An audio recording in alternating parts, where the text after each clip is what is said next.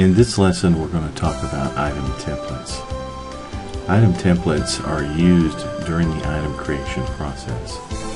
For instance, if we were to create a new item in this organization, we would put in the item description information, go to our Tools menu, perform the Copy From selection, and that would bring up our template drop-down list.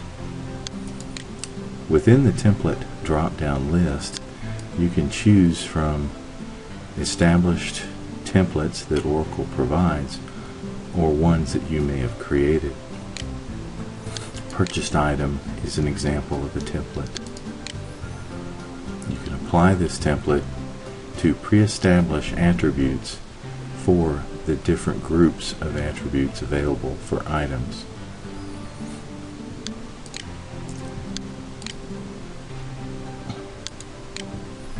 Now let's go to the Setup menu and we'll see how an item template is created. Go to your Setup, Items, Templates, and open the form. Here we can create a new template, or we could find an existing one. Let's say, for instance, our purchased item template. Let's look that up.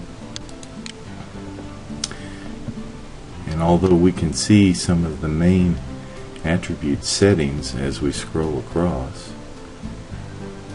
you can open the form to see the settings for each of the group. For instance, right now we're showing all groups. So we can scroll down through here and see which attributes are set by that template. It's important to think of a template as an overlay.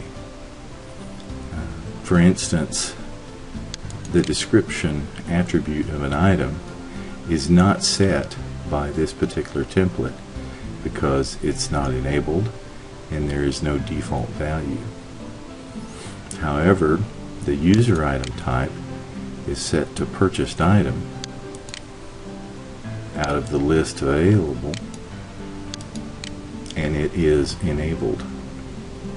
And we can go through and see this for each of the different groups. So for instance, we see that this is a stockable, transactable inventory item within our system.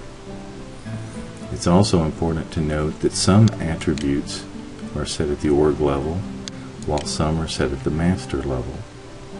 Of course, any attributes we set at the master level are carried down to the org level when an item is enabled in a child organization.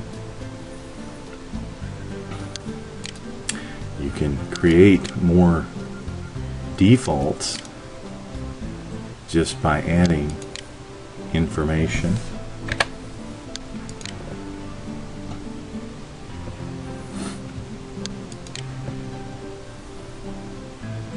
It's important to note here also that typically templates are assigned and applied at the master level. However, there are some cases where you would want to assign a template at a lower level. For instance, if you were selecting buyers or planner codes, make buy items, things like that, out of your item attribute list to set with a template, you may choose to set those attributes at an organization level as opposed to the master level. So as long as you don't fill in this information when you create a template, this can be applied at any level, the master or the child level. So it's a good idea to remember that when you're setting up your item templates.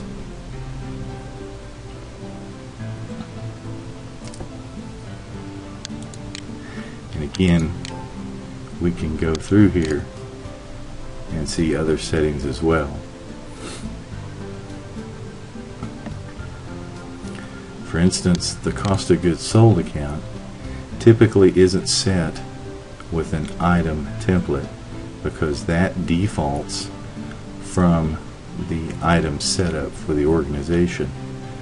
However, if you did enable it, well, not in this case, if you could enable it and set it at the child level if you needed to change it.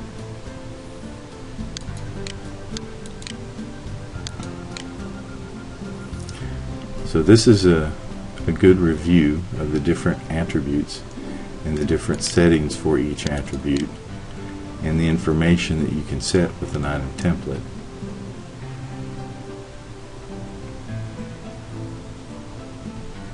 And that concludes this lesson.